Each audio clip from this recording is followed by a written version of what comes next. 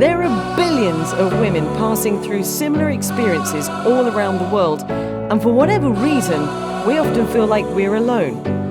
It's time to make a point of discussing these topics from a range of viewpoints. These conversations surpass age, race, location. They are relevant to women everywhere. Welcome to the She Word. Conversations that women rarely have, but really should.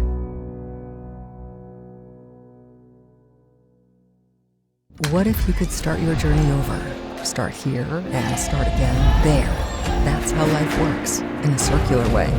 We understand the importance of circles, and that's why you are at the heart of ours. Find your way to wellness with Browns. Okay, here we go. Welcome to the She Word, conversations that women rarely have, but really should. And today's conversation is a conversation that really needs to happen. It's a conversation that women keep talking to me about, and this show is dedicated to women in the workplace. I'm extremely excited because I have some amazing guests. Sara Grech, founder of the real estate giant, and the guest on the recent 3-part interview series here on the She Word, where you opened up to the reality of a woman in a workplace. And if you haven't seen it yet, go and watch it because it's absolutely brilliant. And Sara, we laughed quite a lot in it as well, don't we? We did. What a great show that was. It was lovely. We had such a good time. And thank you for coming back for this show. Thank you for having me. I really appreciate. Also, Dr. Amber Wismayer. Hi. The founder of AW Architect and Design, but also someone who has tirelessly campaigned and lobbied to encourage and support women in your industry. Thank you for being here as well. For having us. You It's are so nice to so be here. welcome. And Fran, Moisa, I'm so glad that you're with us as well. A solopreneur. I've never heard that term solopreneur before. I love it. A headhunter and talent advisor working with a plethora of inspiring women professionals, also a working mother, and we're going to hear from that perspective as well. So ladies, thank you very much indeed. We're going to unpack this topic of women in the workplace, and we're going to approach it from a brutally honest and realistic viewpoint. So I'm going to ask Sara, first of all, I mean, anybody who's seen the interview that we've done together knows an awful lot about you, but for anyone who hasn't seen it yet, just introduce yourself and exactly who you are.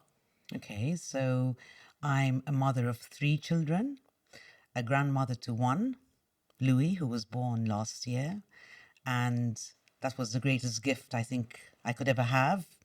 I've been in real estate for over 35 years, and that's it really. That's it. Well, Yes. I mean, there's a heck of a lot to your story, and it's all there in that interview. But we're going to be talking about, as I said, women in the workplace, and you really opened that up in the interview. So I'm going to be hounding you during the course of the next hour. I'm ready for you. That's it. Fists at dawn. Amber, I've just given you a very brief introduction to you, but a little bit of background, please. Well, I'm in the construction industry. So that's very much a male-dominated sector. I am an architect and civil engineer by profession. I founded my studio quite early on in my career. I was in my mid-20s. I absolutely love my job. It's not without its challenges. It can be difficult at times. I work very long hours and it can be stressful, but I don't mind because I really enjoy it. Oh, I'm glad. But tell me a little bit about your advocating for women within the industry, because you also do that. You're very keen to make sure there's women in the industry. I mean, one way in which I try and push women forward in the industry is through my work at the university. I'm a design tutor with the faculty for the built environment.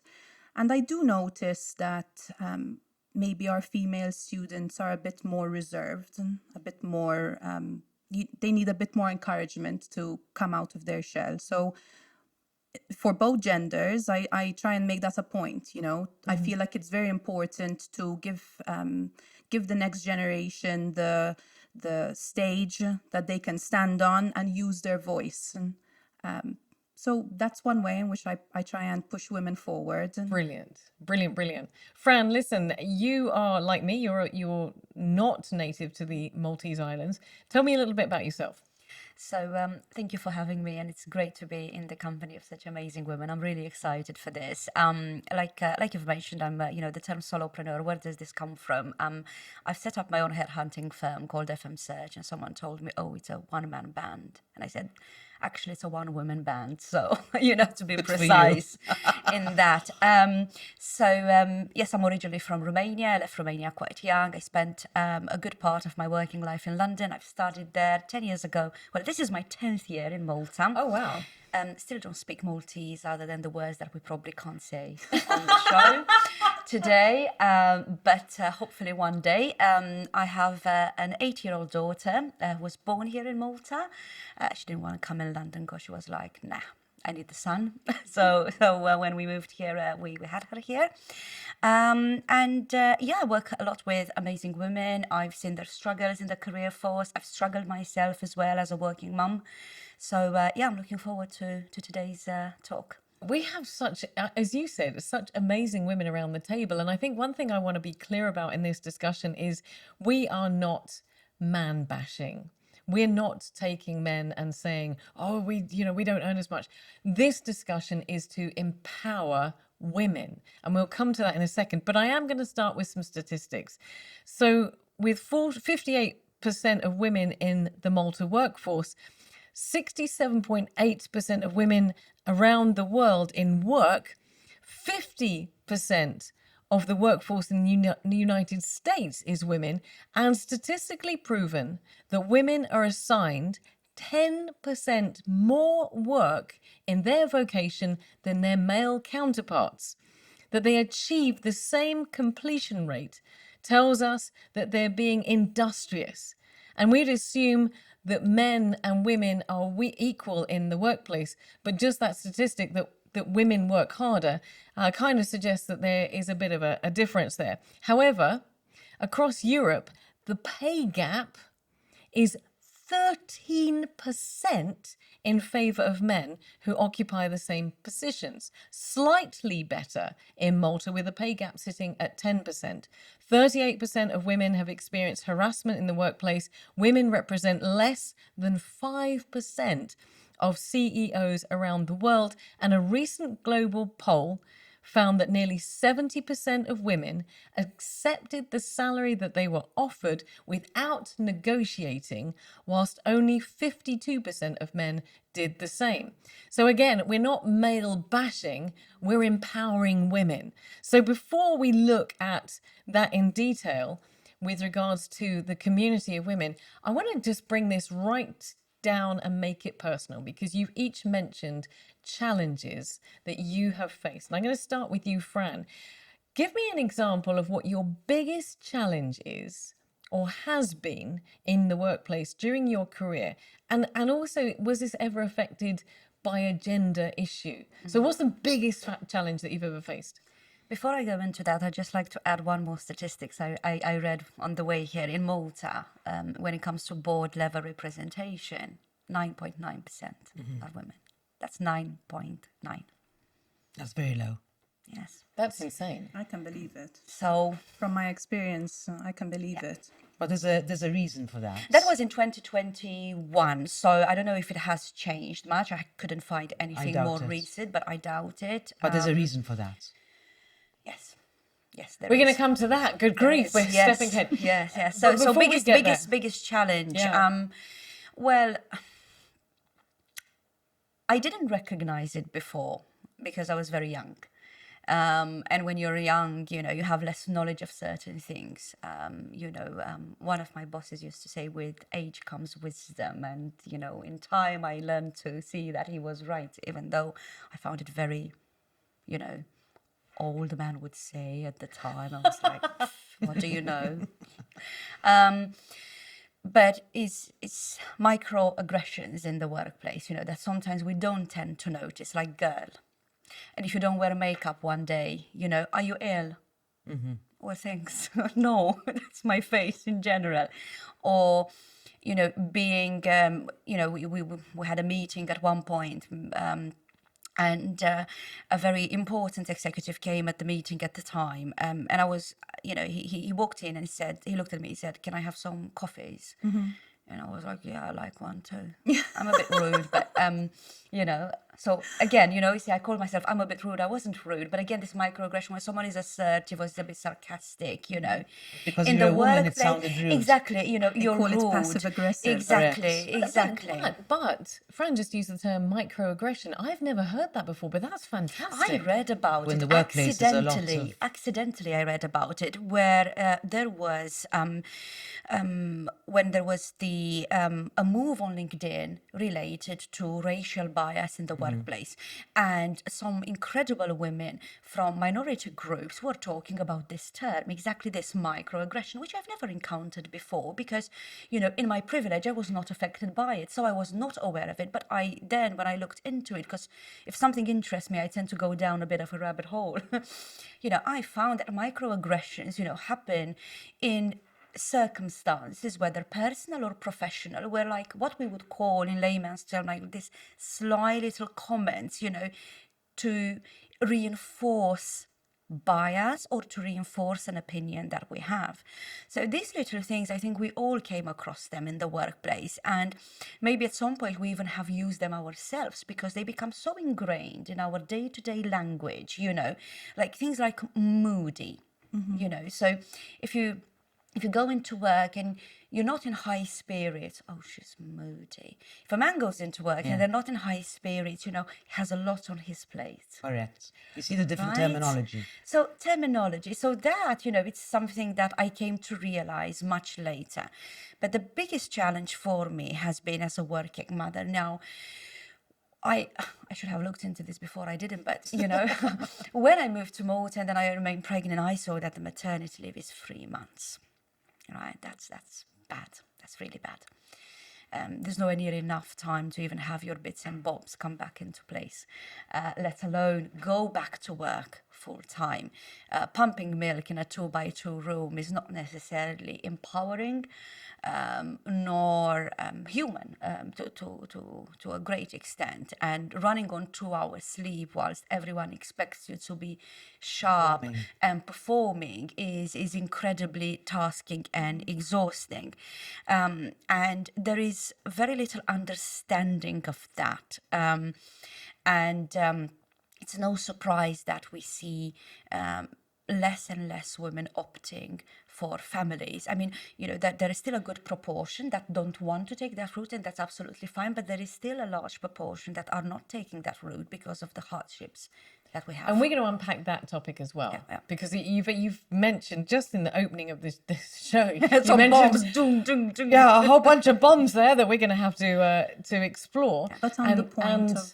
Sorry. Go ahead. Thanks.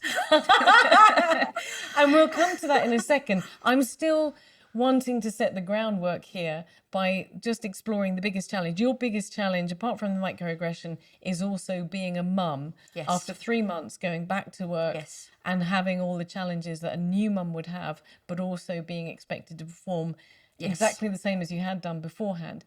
Sarah, your biggest challenge, and whether or not it's gender related, it might not be gender related, but your biggest challenge? I think it is gender related, because I think my biggest challenge was being undermined, not being appreciated with what value I could bring to the table. It was always about what the men could bring. So as a woman, and obviously some time ago, I think even today, it's not as easy to get your point across about many issues that are faced for women in the workplace. So besides, obviously, the struggles that she went through, which are the same things that I went through, the expectations of a woman to have children, to carry on working, the man is free from all that. The man is not expected. So the sleepless nights, when they're sick, I mean, there's so many things that play an important part in when you're building your business. So yes, it's difficult for a woman. It's very difficult. We face more challenges, but this is why I always say that the determination is important here. So we shouldn't allow these obstacles that we face take us back, because men don't have those obstacles.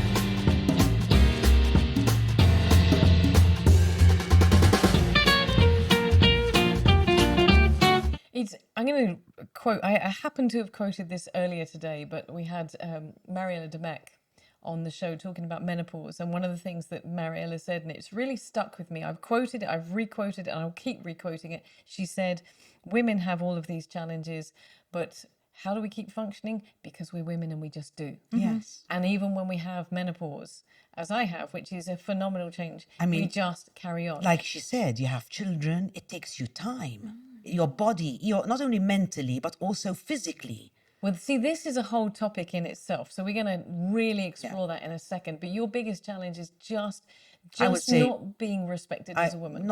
I think being undermined, yes. Not being valued for what you can contribute. Yes. Amber, your biggest challenge in your career so far?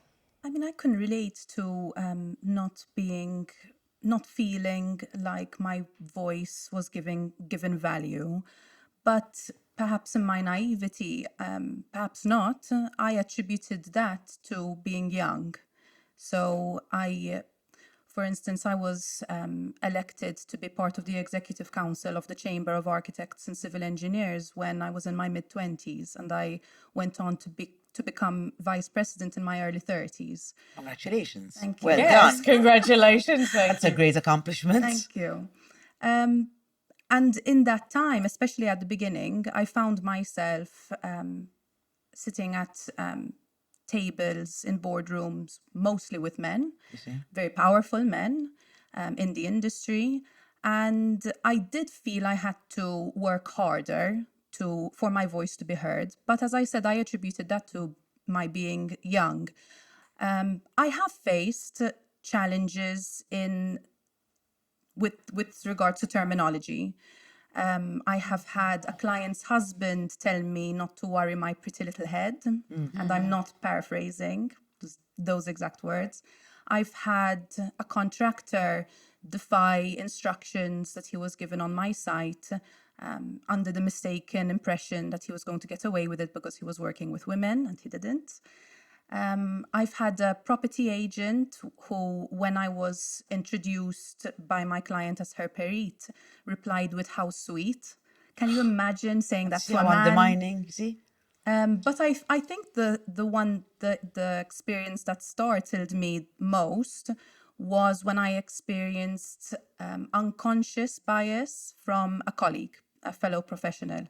About a year ago, I went through a situation where I felt that an injustice was being carried out, and I made quite a difficult decision. Well, to me, it was a difficult decision to fight it, to stand up for my principles, what I believed in.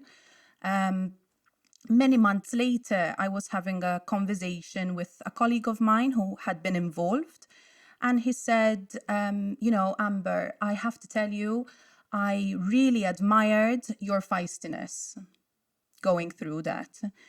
And he didn't mean it in a derogatory way. He meant it as a compliment, and it came from a good place.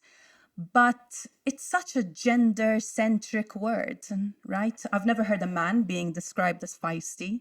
A man in the same context would have been described as strong or determined or courageous. Ambitious. Assertive. And that for me was disappointing because it really shone a light on the reality that the prejudice is still there. The prejudice still exists, and education, at least alone, is not going to solve the problem. A change in mentality has to happen, and has to be thorough and has to be deep. Good Lord above, Fire. we could be here for about 5 hours. But thank you for, just identifying a whole bunch of, I'm just going to throw out my questions and we're just going to talk about exactly what you said, because We're going to also talk about some positive aspects of being women in a moment. But before we get there, I remember, Sara, when we interviewed, one of the things that stuck in my mind was that the terminology that you had been addressed with. And you had said, I think it was, instead of being ambitious, you were bossy. And instead of being driven, assertive, you driven. were, and these are words that we generally, all of us, and again, this isn't man bashing, this is empowering women, but to understand what we do in those circumstances when somebody says to us, you're bossy. I mean, I adore you, Sara, because you really are driven and you have had these amazing challenges and you've just focused and kept going. And I can see that these two women that are your peers sitting at the table having done exactly the same thing.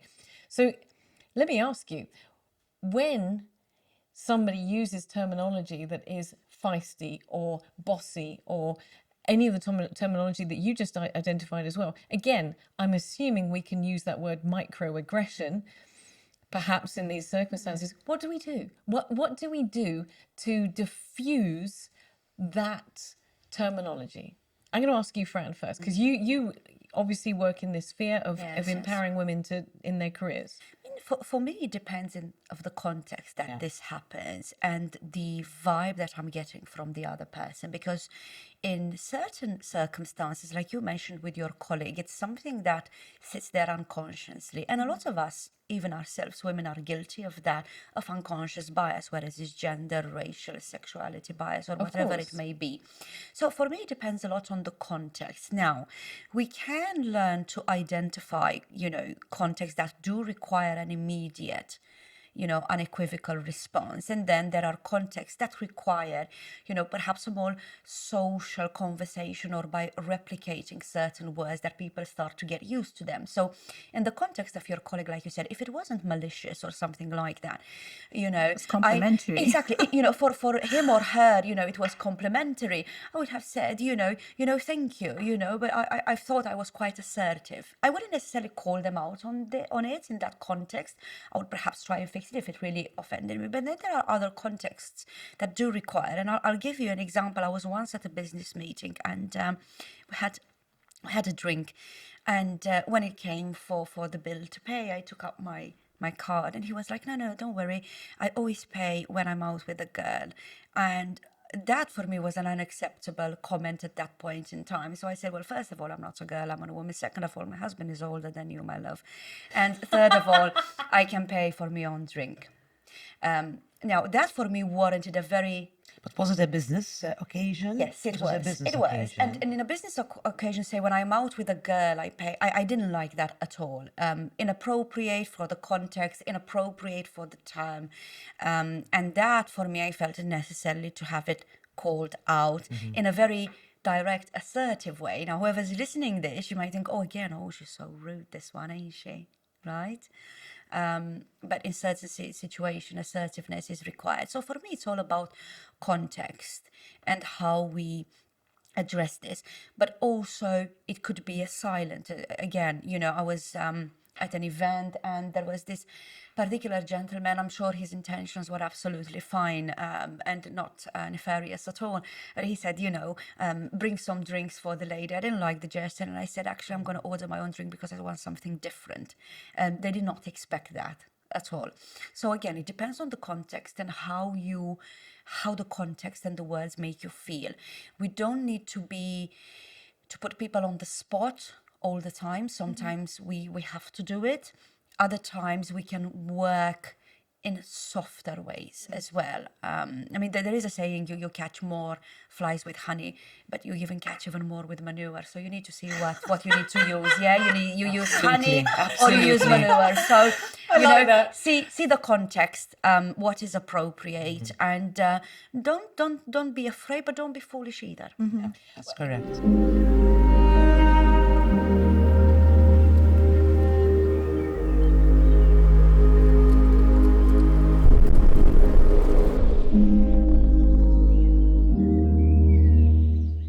Before I come to Sara, because we've already spoken about this and I want to find out how you resolved your issues, Amber, how did you deal with that situation? How then did you move on from that? What did you say anything? Did you pull it out? Did you call them out? I think there were, during that particular discussion, there were bigger issues for me. So no, I agree that context is very important, and intention, because if someone is doing, is saying something or doing something, if the action is intentional, it's one thing, and if it's unconscious, perhaps it's something else. For me, I think it's more important to push, to encourage women, especially young women, who might allow those situations to influence them negatively. I think I'm very lucky because I grew up in a context where I was surrounded by very strong personalities, and I also have quite a strong personality. So these situations that I was describing didn't bother me. They weren't a hindrance. They were more a frustration or a disappointment. I just kept on, I kept on moving, kept on doing my thing. I will say that I felt that I had to prove myself, perhaps more than my male colleagues did. But again, for me, I attributed that to youth, and that's only fair enough. It's a learning curve, a living experience, and you build on every experience to develop yourself professionally. You mentioned strong women there, and we've got 3 strong women around the table. I'm going to ask this strong woman, how did you deal with the issue when someone referred to you as bossy and used those terms instead of what may be used to address a male counterpart? The same thing as knowing the context, but if anybody did call me something, because it could be bossy, it could be aggressive, it could be, I would always ask, why? Explain yourself. And generally, the men don't even know how to explain themselves when they're being approached in a way where I'm not offended. I'm fine with it, because your opinion is your opinion and my opinion matters more. So, exactly. So they feel uncomfortable. But the root of the problem goes back with what men think, and their unconscious bias is that they look at a woman as a commodity. They look at a woman as being pleasure, cooking their dinner, looking after the kids, cleaning the household. This is how the men look at women. So this has to change.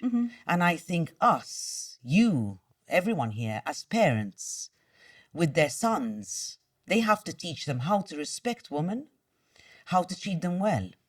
Because they shouldn't undermine a woman and expect a woman to clean the kitchen, to do the laundry, to look after the kids. They're both parents. They should do it equally. That is an age-old issue. Yes. Since the beginning of time, I would say. But I'm going to stick with you for a second because, Sara, you are a strong woman. And we're talking about the things that women are encountering that are negative.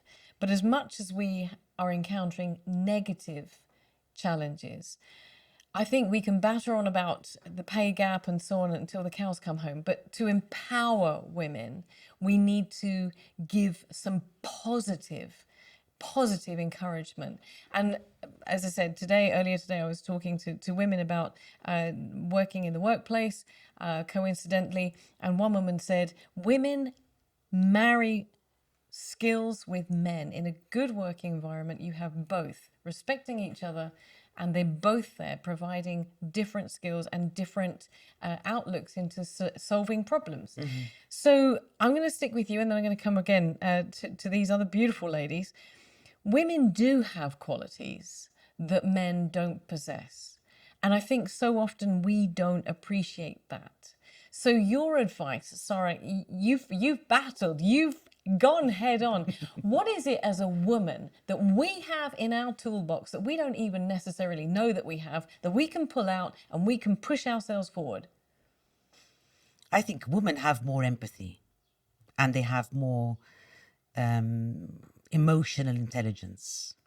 So I think the leaders or the woman must realize, because this is where the problem lies, the women must realize that they should bring out their confidence, go for it. Don't be scared. Absolutely. And the more people undermine you, that means that you're doing something right. Because I always say, nobody kicks a dead dog.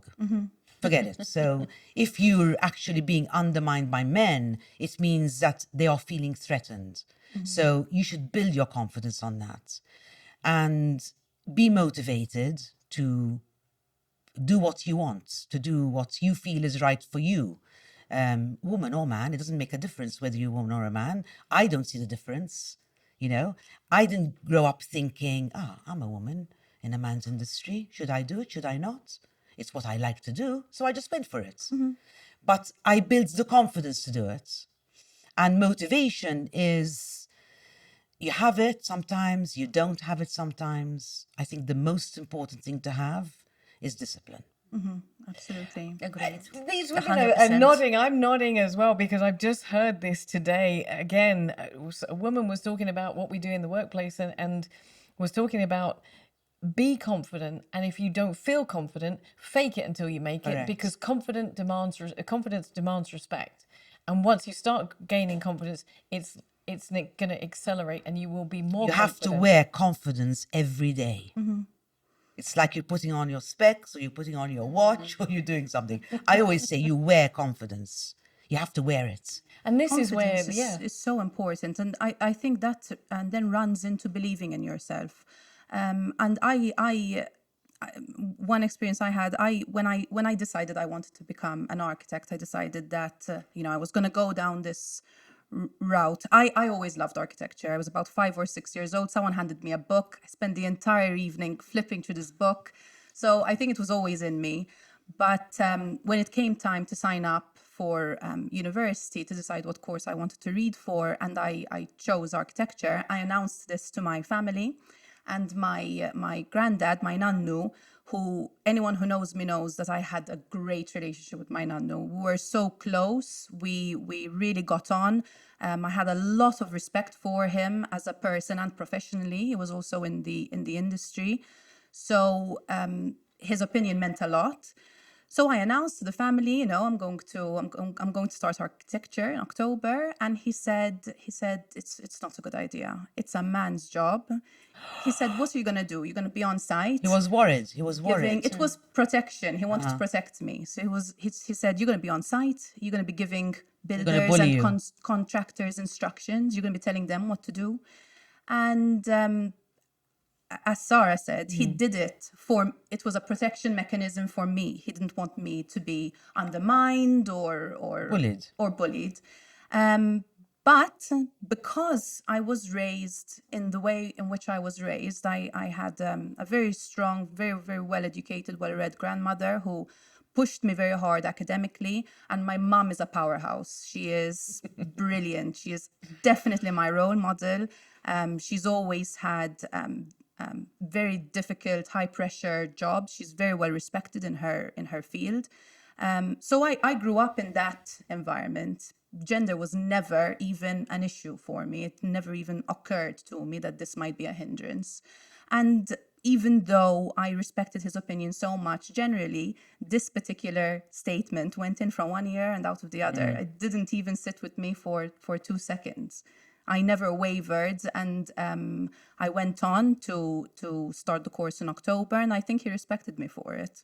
So coming back to the question that I posed to Sara there, what do you feel like you had or other women have that are in our toolbox that we don't necessarily pull out? I mean, we're going to come to role models in a second because I think this is really, really relevant. We're going to come back to your mum in a second. But even if she gave you some guidance, what are the assets that women have to take to the workplace, to be positive, to empower them, that perhaps we don't use? Well, we've got empathy from Sara. We've got Emotional intelligence. and persistence, because you mentioned that before. To be fair, I think that every woman is different. Every woman has her own strengths and her own weaknesses, just like every man. So I think it's about I think confidence is very important because it allows you to look within yourself and understand what your competencies are, and then feel empowered to take that road, to demonstrate your competencies professionally, personally, in social situations. It's very it's down to the individual. I don't think it's something that I can generalize. Okay. Fran? It's a hard one, because I do agree to some extent that, we all have our strengths and weaknesses regardless of the gender. But one thing that is very interesting, if we look at companies that are being run by women, so CEO or board levels, they do perform better. And one of the reasons that those companies... Because of the empathy. Yes, but also it's due to the fact that women assess risk differently than men. So men tend to go for... Amber's laughing her head off over there. Men tend to go for riskier, ventures, riskier investments. They take higher risks, higher rewards, but not always. Whereas women sit more at the moderate side. They analyze more long term, and they analyze the impact that any decision would have, both financially, but also from the soft perspective. So you mentioned emotional intelligence and the other areas. And also companies that are run by women have fewer regulatory fines than companies run by men. I found this out recently when I was at a conference. And this is because, again, women take less risks that could, essentially come and bite you from your behind later down the line. That doesn't make it, a universally true statement, but it is a statistic like all of the others. Could it be because women are less ruthless? I don't know, because I think ruthless sometimes is described in the wrong way. There is being ruthless in the context of, sort of making your path, and then there is ruthless destroying others. So it depends how we look at it. Because I think a woman's instinct is... I think it's in us because we have babies, because we have children. It is primarily protective. I mean, this is definitely an anthropological aspect. Yes. Men are hunters, women were gatherers. So exactly. So it's we in our do DNA. bring that difference to the table. Yes. That's a big difference. Yes. Which is why, back in the 80s on the trading floor in Wall Street, you would see men, because it's all that risk taking. Yes. It would be very different for a woman, in that respect. So for me, I would say, more calculated risk. And from a business perspective, I think that's very, very important. I've heard this before, and I think it's an incredible point, and I think it's one that should be highlighted more often. I'm going to kind of shift a little bit, because Amber said something a minute ago that I hadn't anticipated discussing, but I think it's something that's really important to discuss, and it's something I've mentioned before. I grew up in a home where my mother was a very strong woman, but I also grew up in a country where the two most powerful people in the country were women. So when it came to me, someone saying to me, hey, listen, do you want to do radio? Do you want to do this? I never even questioned myself, because I had looked at these role models who just got on with it. And whether or not you, for instance, and talking about labels, Margaret Thatcher was called the Iron Lady because she was ruthless, but she guided the country through some of the very most difficult times. But she was compassionate. She was compassionate, but she also had to make some really tough decisions. But she's not described like that in No, most she's cases. not. It's more on the Iron Lady. Exactly. It's more on the negative side. Yes. Like we said, it's ruthless carving your path, making decision, navigating, and then it's ruthless, on the negative connotation. And usually they use it with a negative connotation. And we go back Because to she was a woman. we go back Yes, to those labels. I do believe that, actually. Yes. I do And believe that. and very sadly, when she passed away, there was a lot of younger generations who were really, really pretty nasty towards this woman. You have to look at it in context of what the time was and what we were dealing with. We were dealing with the end of the Cold War and all of these sorts of things, and that needed empathetic negotiation that probably a woman was better at the time. So I grew up with role models. You've just mentioned you grew up with a very positive role model in your mother. So I'm going to ask you, I mean, Sara, I know yours, so I'm going to come to Fran first before we come to you. You heard it before, But so actually, just as a general thing, I think that in Malta, we are not familiar enough with national role models who are women. Around Women's Day, I watched the film The Suffragettes, and it got me thinking. What happened around that time in Malta. And actually, there were women who fought for us to have the vote back in, I think it was 1912 or something like that. I can't quite remember. But they laid the road, the paved stones that we are walking on today, and we don't know about them. And I think that's a pity, because if that was discussed at school as part of our history, then perhaps young girls would feel that they have women to look up to.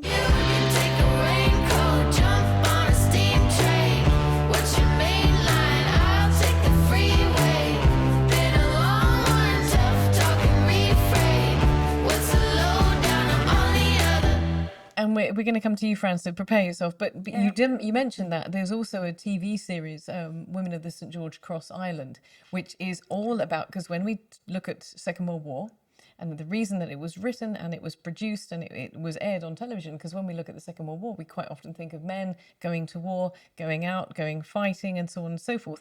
These women are the women who were doing incredible things during the Second World War here in Malta. And contributed to Malta beating practically running the country, the enemy. Yes, and how frustrating must it have been after the war ended to be told, okay, now you're done. Go back home. Exactly, go back home. And that's why that so lit many a fire under these women to absolutely. push forward, and it's thanks to them I feel that I don't have to face the struggles that they had to face. I think there's there should be a lot of gratitude there. Well, Fran, I'm coming to you because we've got three very strong women around the table. Role models. You're a strong woman. Did you have a role model in your life that gave you that fire? Yes, absolutely. For probably for all the others at this table, it was my mother, perhaps though in a very different context to what was described here. And I'd like to go through it a little bit, if that's okay, because it brings me to a point which I think is very important in the context of women in the workplace. So my hero was my mum, and she, in Romania, she grew up during, after the war and then in the communist times, and she had a very hard life.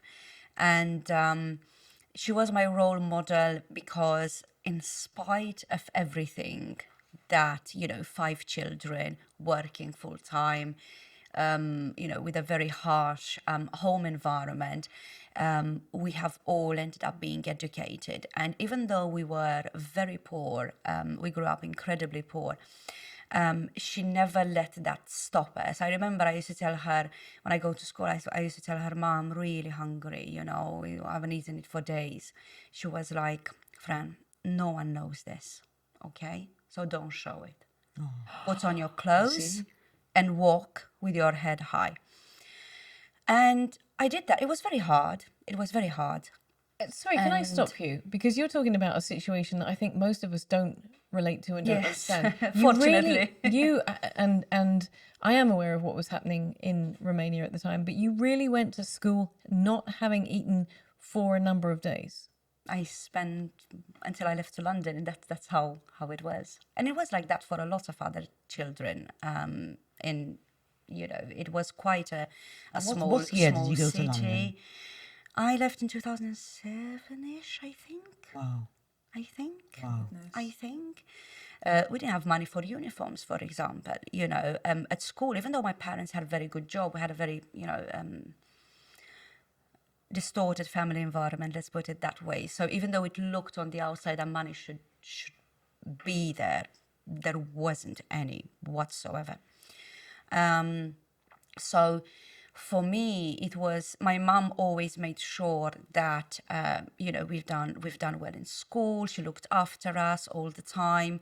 But we also had to look after ourselves because she was gone from 7 o'clock in the morning to 9 o'clock in the evening. So you had to look after yourself, you had to be independent. I mean, if you do something on your own. Yes, absolutely. If you do something stupid and die, you die. It is what it is. I mean, you need to be responsible for yourself.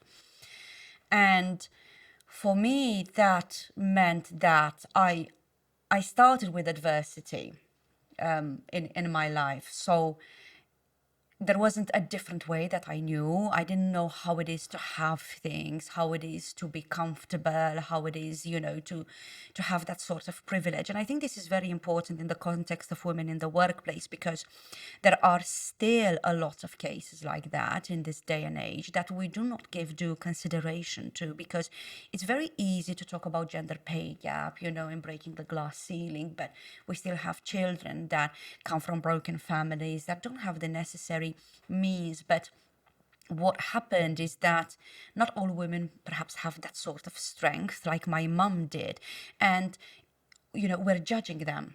You should be confident, you should be this, but it's not always possible. So it's also a collective responsibility to create an environment where women do feel safe to speak up. Now, if my mum had gone to the police station at the time, well, and she did many times, no one would even take you into consideration. It would actually get even worse. And it's still like that today. Nothing changed a lot in the last 30 years, or what changed very little. So here I think we all have a collective duty to not only speak about confidence, but create the right support system to support the most vulnerable families or individuals or members of society that do not have the privilege that other people do. So, for example, my daughter, she's very funny. She came, she was talking at school, and she came one day to me and home and said, "Mom, we're poor." I said, "Based on what?" And she was like, "We don't have a house with a swimming pool." I said, "Honey, we have a house." That's number one. Now that's another topic. Yes, Absolutely. sorry, my jaw was just open Because there. Like, when children are at school and they boast about what they have Yes. to other children who do not have, that's a form of bullying. And It's an unconscious form of bullying, yes. Definitely, Yes, 100%. I agree. And these problems all start from there. So you've got, like we were saying before, the men treating a woman as, oh, women are supposed to cook, women are supposed to look after the kids, women are supposed to do this, women are supposed to do the shop, woman this, woman that. Till today, I mean, there are 30-year-olds, 35-year-olds getting married. The woman does the shop. The woman cleans the house. The woman does the laundry. The woman looks after the child and sees where the child taken to childcare. Yes, there are some men who help, but they are the minority.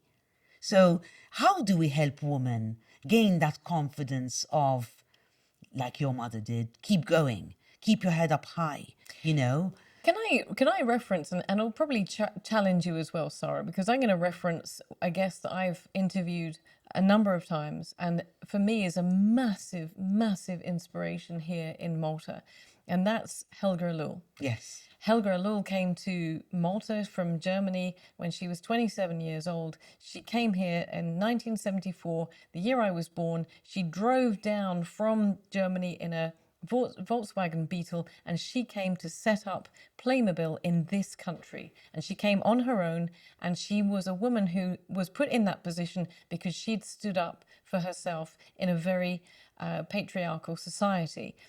Now Helga has retired, but she is mentoring young women. And I think that's fantastic. if we don't have mentors in our lives, if we don't have role models in our lives, we as older women have the opportunity to share stories like yours or like yours or like yours and pass on that inspiration to younger women. I would love, Sara, and I'm going to say this on the spot, I'd love you to pass on your experience and your passion and your strength to younger women, because not everybody has those role models in our lives. Helga has decided, she's retired, and she's decided she's going to keep doing it. She's going to mentor young women to be as empowered as they can be. And not all of us are fortunate enough to have that in our lives. I mean, you did come from a strong, coming back to you, because I promised I would come I thought to you forgot me. I didn't. Never. Sorry, Greg. Never, ever could I forget you. But Who did you have in your life that has led you to be such a strong woman? I think equally both my parents.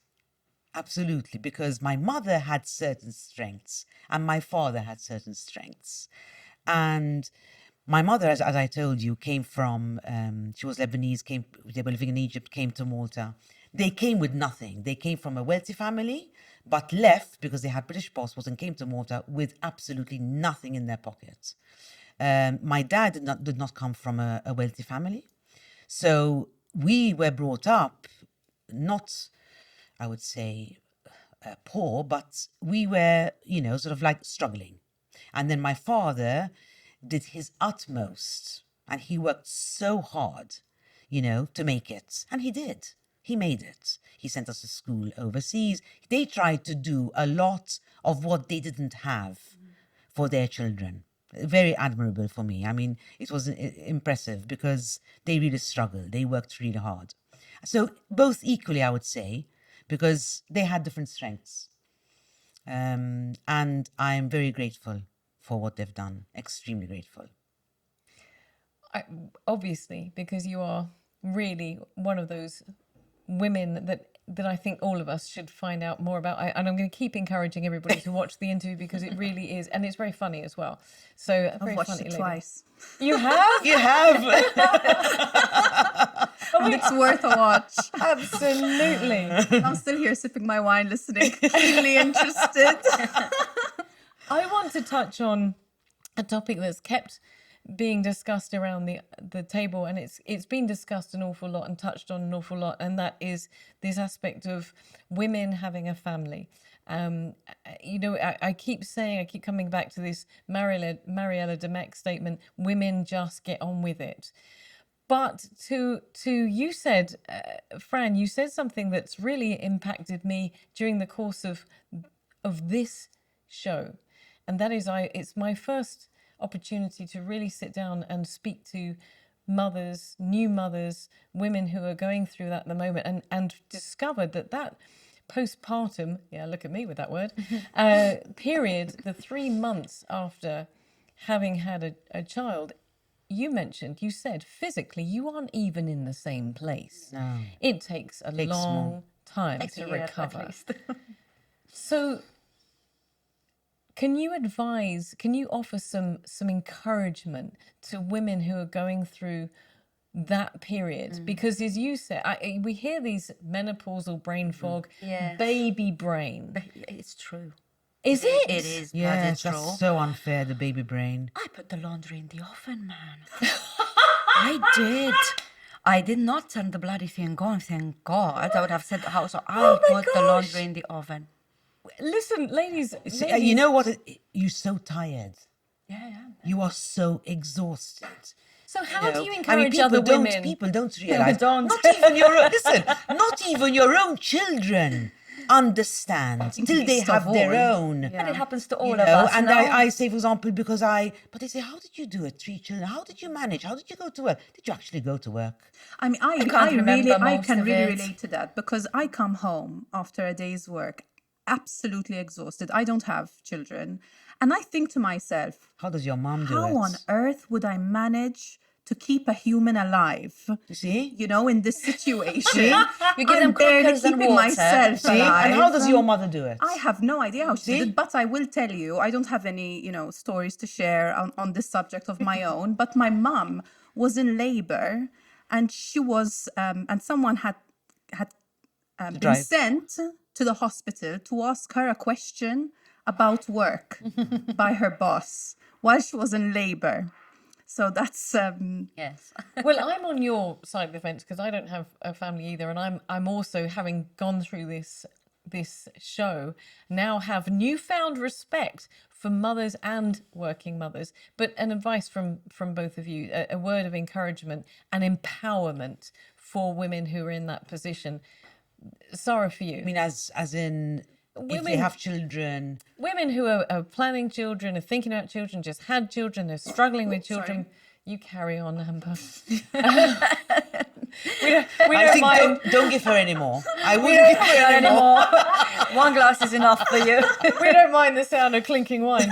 But for any woman who is is thinking of a family, having a family, had a family in that position where she's just wondering, how the hell do I go on with my job when my baby brain and my body are betraying me?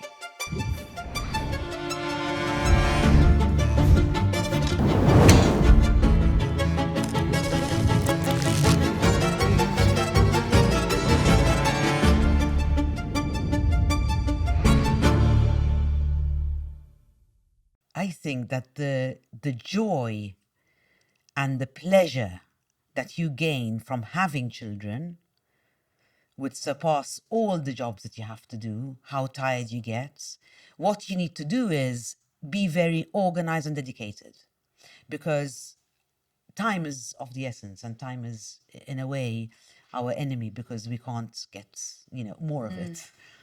So you need to plan ahead, organize. I mean, I remember myself, if I just think really clearly, wake up 4 a.m. in the morning, prepare lunch, prepare, not actually cook, but prepare the ingredients so that when I come home, they're ready to cook, ready to go. So you don't waste any time then. Exactly. So you living your life as in always getting yourself set to just do it. Military regiment. Clothes packed. So if I had, Benji's clothes, Samira's clothes, Hannah's clothes all ready for the morning. So when they get up, they just put on their clothes. Like everything is set. So then yes, you can leave the house on time. Then you can have their breakfast ready. Then you can get home and have dinner ready quickly, But you have to be organized. And like I said last time, most important, you need to sacrifice. You need to know how to say no. That is where your success comes in then. And you'll be okay. And for you, Fran? First of all, 3. Well done. Thank you. I stopped at 1. More than enough. I should have had 6, but I had only 3. Oh, Lord. Yeah. Impressive. So impressive, admirable. Thank you. For me, I would say if you're thinking of starting a family, I would say that the number one, the choice of partner is absolutely critical. I would not be where I am today. I would not run 2 businesses and have the career I've had without my husband. So I need to cheers to that, because I like that comment. Yes, absolutely. Chin. That means that he's helpful. Oh, more than. So just to give you the basics, he's the one that does all the cooking. Not because people wouldn't eat my food, they wouldn't, to be fair. It's pretty bad. I just chuck it in and, it's there. You're not going to starve. If I ever get a dinner invite, Fran, I will definitely think about that one. I do cook, though, very nice traditional Romanian food. That's all. Okay. But I cook at Christmas and Easter, and if someone dies or there's a wedding, and that's it. I think I call that glory cooking. Yes. So the choice of partner is incredibly important. He was up with me the night I was up. He cooks. He puts the laundry because he knows the laundry stresses me out and I hate it and I don't want to do it. And he's very supportive across the board. Now, if he wouldn't be all of these things, it would be impossible for me to do the job that I do, because I would simply not have the time. 24 hours for a mother is not the same as 24 hours for someone who doesn't have children. And this is not to be disparaging, but it is a reality. Because by the time we get to work at 9, I've been up for 5 hours, my love. I'm already tired. Yes, but Fran, it's very difficult to know if you've chosen the right partner. But I have a trick for that. I thought I did. I have a trick for that. See how I they thought treat I their did. mother. Please share. See how they treat their mother. When they go, they sit down waiting to be served. How do they talk to her? So How you are appreciative going they to are? you judge a man by how he treats his mother. Yes. Okay. It's a good indicator. Not always, but Okay. it's a good There's a indicator. lot of lessons to be learned there. If you see someone going at their mom's house, sit down, feet up, serve me, I can tell you a lot. Yeah. Lessons on love. But in my Can I country, just say, if you because do this is that, a you're gonna- totally different show, but I wish I'd met you when I was about 18. That would have been, You see, that is wisdom I can apply to my own But life. I've learned and that well later. done. I got married very young. My husband and I, we've been together. This year is going to be, I'm not going to say, No, tell us. almost 20 years. Nice. Good for you. Congratulations. So I got married very young. I was married for Thank you. 23 years. Thank you. Long time. But I didn't know that before, what I've told you now, how to see. But I've realized it later when I had my daughter. Yes. That's when it clicked for me. So I would say that. Now, then, if you find yourself in the situation that you had to, like you said, it's important to be very realistic with what you can and what you cannot do, and to be very acceptant of yourself. Because as women, we tend to be very hard on ourselves. And I used to be like that, because I used to feel guilty that, I'm with my daughter at the park and I'm on my phone answering a work message or taking a work call and stuff like that. And I used to feel very guilty about that. But this is the reality that we live in. And I went back and I thought, I didn't see my mother for, hours on end during the day. I never thought less of her. On the contrary, for me, I had to succeed, because if she did in those conditions, it would be an absolute abomination for me not to Exactly. not to do No, more. no, I respect her for it. Yeah, what a great piece of advice, to be easier on ourselves. Now, I have to say, ladies, we've come towards the end of this discussion, and we have had yes. I'm sorry, Sara, I know we've had some incredible nuggets of wisdom, and so I'm going to ask each of you to do probably an impossible task. I'm going to ask you to finish this show with one sentence of wisdom that you would like to impart, and I'm going to suggest, imagine this, impart to your younger self. And something that you would say to your younger self that applies to all women in the workplace and beyond, because we've had a lot of life wisdom here as well, and I'm thanking you for that. I'm going to come to you first, Amber. One sentence. Can we try it? One sentence of wisdom that you would impart to Dropping your a younger self. hint there, Trudy. No, not at all. Absolutely not. Make it quick. There's some more wine for you. I would say keep the confidence going, because that serves you well in the long run, and don't be so self-critical, which I think applies to a lot of women. Women are, I believe, more self-critical than men are. So, and I think that's a negative thing. I love that. That echoes what you just said there. Yes. I'm going to come back. We're going to bounce across to you, Fran. Your sentence. I was trying to think now. I have a few seconds to think. I'm listening. I can't think. No. What I would say, I don't know. No one is coming. Just, you have to do it. You. Don't wait. There is no savior. There is no knight in shining armor. There is no government policies. You have to do it for you. Think of yourself. Yeah. Sara, you have the last word on this show. One sentence of wisdom that you would like to impart to your younger self. Do not undervalue yourself. You're worth much more. Beautiful. Well said. Ladies, cheers. Cheers. What an absolutely beautiful Cheers. show. Thank you. Thank you. Cheers. Cheers. Just like to say that Trudy's glass is emptier than mine. Seguendo la strada sommersa di fronte all'isola di Mozia, superando le storiche saline all'interno della riserva orientata dello stagnone di Marsala, dove il vento anima e trasporta, ti troverai tra distese di vigneti e misteriose tracce di antiche civiltà. Luoghi in cui la luce domina il tempo, caricando di calore e di colore la natura e gli uomini. Gli uomini, i nostri uomini. Ci siamo chiesti cosa rendesse davvero speciale tutto questo. In una parola, il carattere. Il carattere di una terra amata e combattuta. Il carattere di chi lavora in vigna e in cantina. Il carattere della famiglia. Il carattere di un frutto. E tutto questo è frutto del nostro carattere.